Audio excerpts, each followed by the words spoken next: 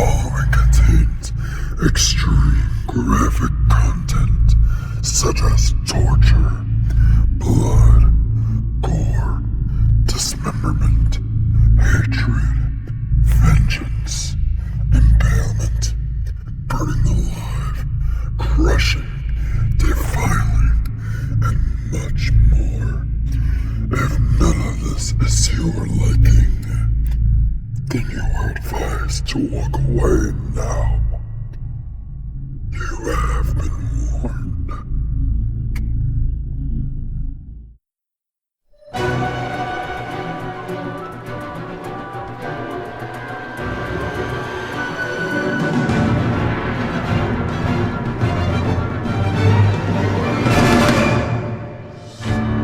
Cheerilee's Garden.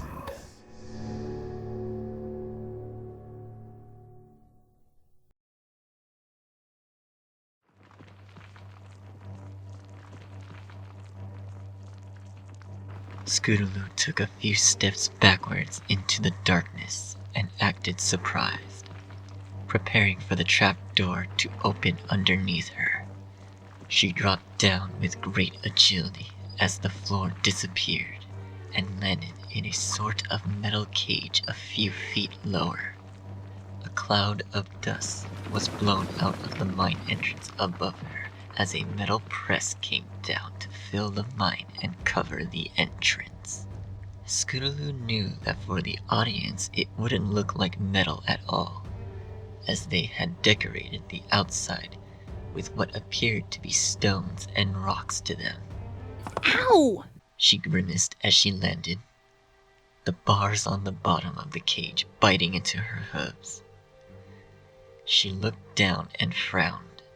There used to be a large piece of wood covering the bottom of the metal cage, but it was nowhere to be found. There was a great round plastic tub underneath the cage, which Scootaloo couldn't remember seeing before either. Then again, she mused, the wooden plank would have naturally kept it out of sight. She quickly tugged on a few key strings on her outfit with her teeth, undoing the knots one by one. Since these knots kept the entire outfit together, it wasn't long before she could just simply shake it off. It looked very cool, but it sure was uncomfortable to move around in.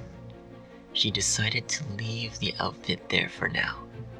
After all, she wasn't able to go back to the dressing room until the show was over, and she sure wasn't dragging it around with her. She reached out to the cage door and attempted to push it open, but to her great surprise, it wouldn't budge. She pushed against it for a while, and then threw her shoulder into it, which she instantly regretted, but it still would not open. Turning around, she bucked her hind legs at the door in an attempt to force open the lock. But she may as well have not bothered. All she ended up doing was sending some banging noises echoing throughout the area. Dumb door! If I find out who locked this thing, I'm gonna... She hissed in frustration when Cheerilee suddenly emerged from the darkness. Scootaloo's head was about level with hers for once. Cheerilee simply smiled at the filly as she approached the cage, not saying a single word. Miss Cheerilee! I wasn't gonna say anything bad, honest. Just that I'm gonna be very upset with the pony who locked the door. That's all. She said sheepishly. At least Cheerilee would probably be able to get out of there. She started to feel somewhat uncomfortable as Cheerilee just stood there, unmoving, her features still obscured by the darkness that reigned supreme under the stage. Oh, I get it. It was a joke. That's great, Miss Cheerilee. You obviously haven't lost touch over your pranks yet. Now, could you please let me out? The young filly asked pleadingly, not sure what to make of the mare's strange behavior.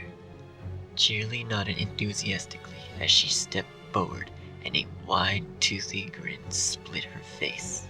Something about that look in her teacher's eyes shocked Scootaloo deeply. It felt as if she saw nothing but hatred and contempt in those big, green globes.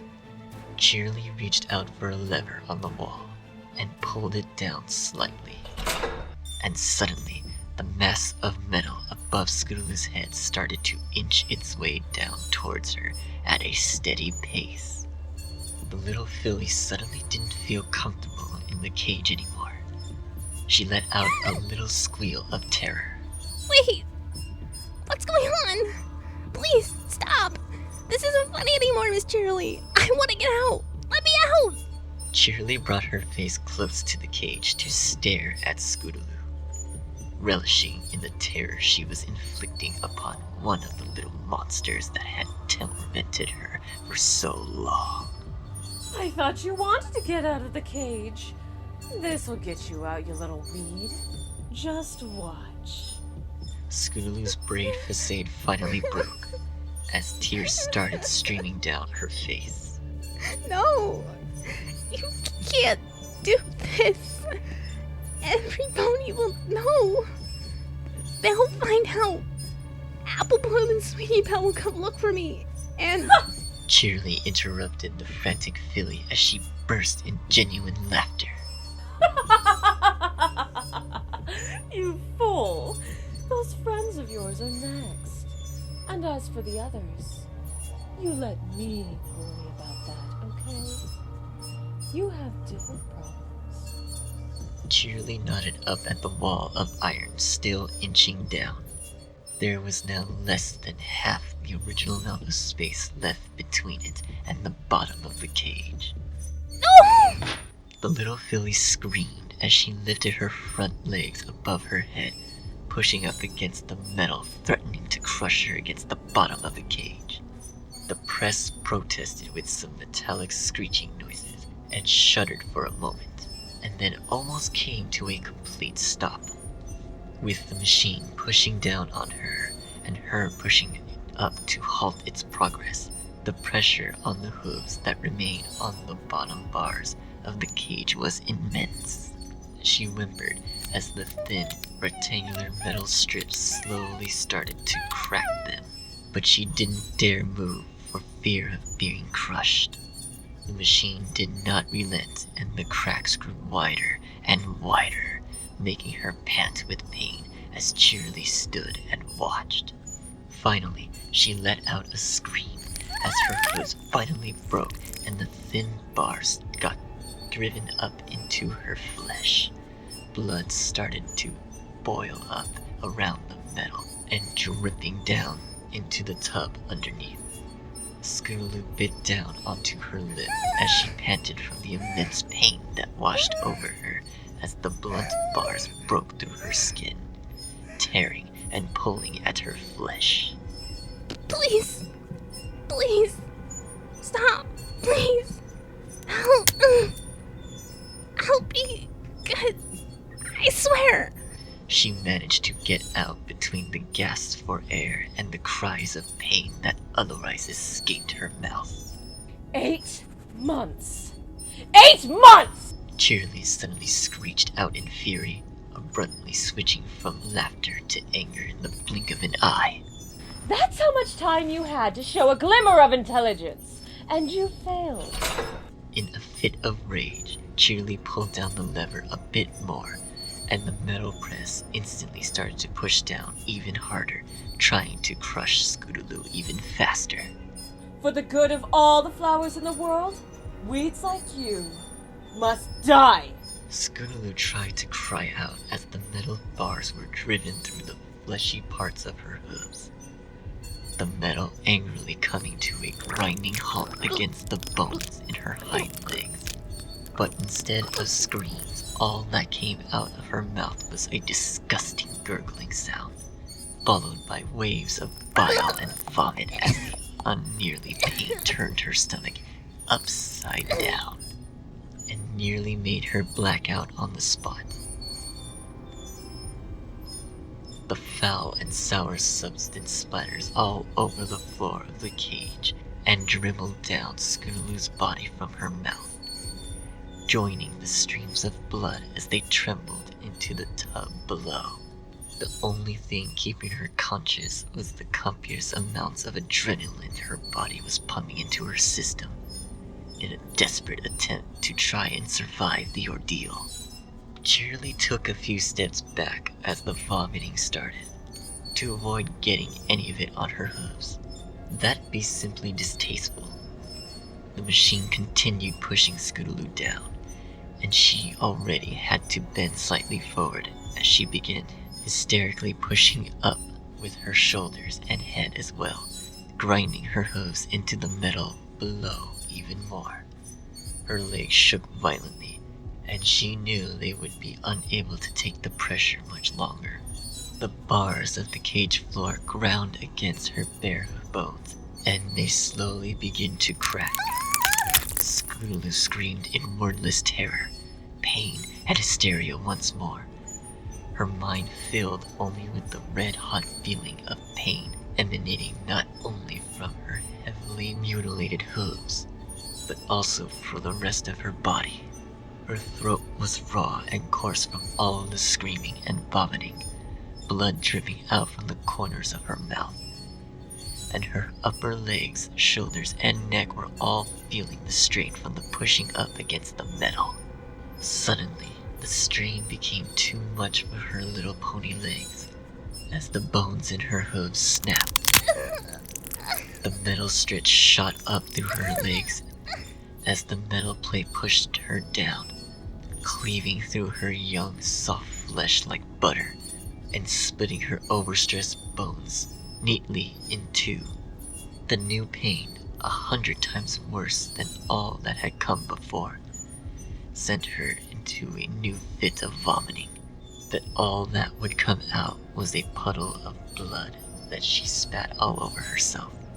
Her body couldn't handle the sensory overload, and she teetered on the brink of a blackout.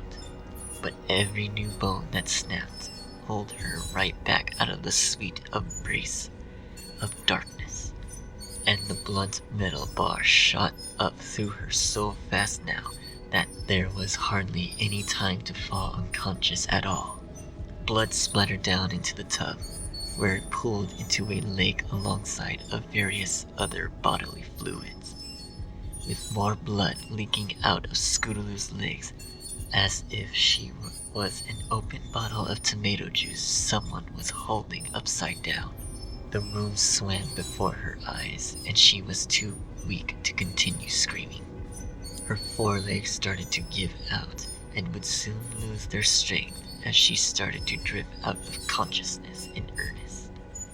Then, suddenly, after what seemed to Scootaloo as a century after all the metal had broken through her first bone, although it was in reality only a few moments, the metal plate stopped pressing down and actually moved back up a little bit as Cheerilee pushed the lever up, an insane look of glee on her face.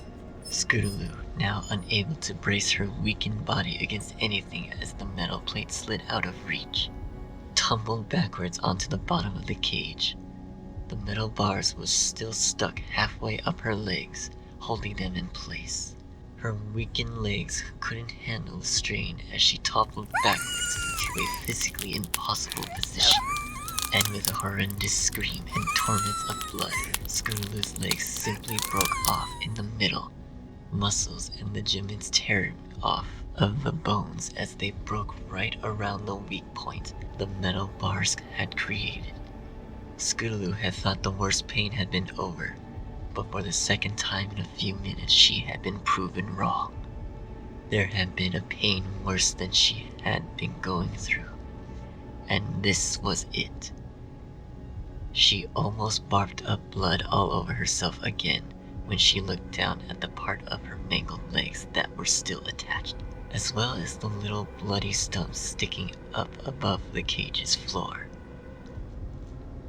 But she simply didn't seem to have any in her anymore.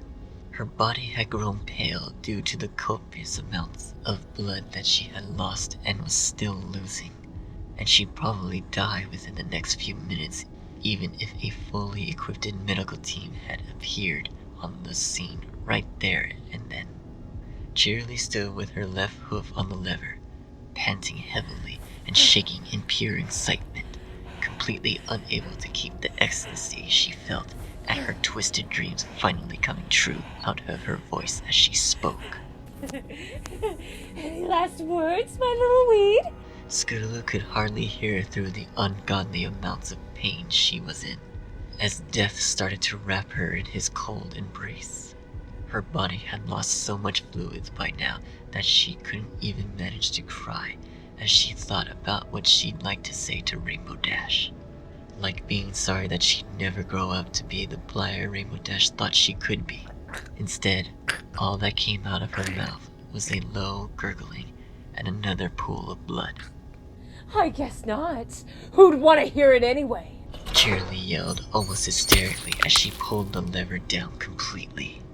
The little filly saw the metal plate storm down at her like a battering ram, her body too weak for a bigger reaction than her feeble attempt to raise her hooves up to shield her head. With a sickening crash, the machine pounded down into the filly, driving her entire body into the bars below. The crash was so sickeningly loud that even Cheerilee closed her eyes and turned her head away for a moment, as she brought up a hoof protectively. She could feel warm blood splatter against her face and body, and opened an eye attentively. The metal press now filled the entire cage, and Scootaloo was nowhere to be found. Blood splatters could be seen in a wide radius around the cage, and blood dripped down the side of the tub to make puddles on the floor. With her legs shaking in excitement, Cheerilee approached the tub, taking care not to step into any of the puddles. For a moment she just stared down into the sanguine lake, amazed that there had been so much stuff packed into the tiny filly's body. Various chunks of flesh and bones floated around the grotesque sea like tiny boats. Cheerilee angled her head to look at the bottom of the cage, and saw little bits and pieces of Scootaloo still trapped between the metal plate and the bars of the cage. But apart from those, and the huge scarlet stain on the metal, no sign of the filly ever having been in the cage remained. Cheerilee licked her lips while savoring the scene once more, but suddenly stopped as the bitter taste of iron entered her mouth. She had forgotten she got blood all over herself as well, but it tasted surprisingly good. This must be what they meant when they talk about the sweet taste of vengeance. Cheerilee mused as she licked her lips and cheeks clean. She spotted Scootaloo's eyes floating around the lake of blood, staring up unseeingly at the ceiling. She couldn't help but crack up and laugh hysterically, even as she went to get cleaned up, even long after she got every last splatters of blood out of her coat. Well, the visible ones anyway. She just couldn't stop. She hadn't seen something this amusing all year.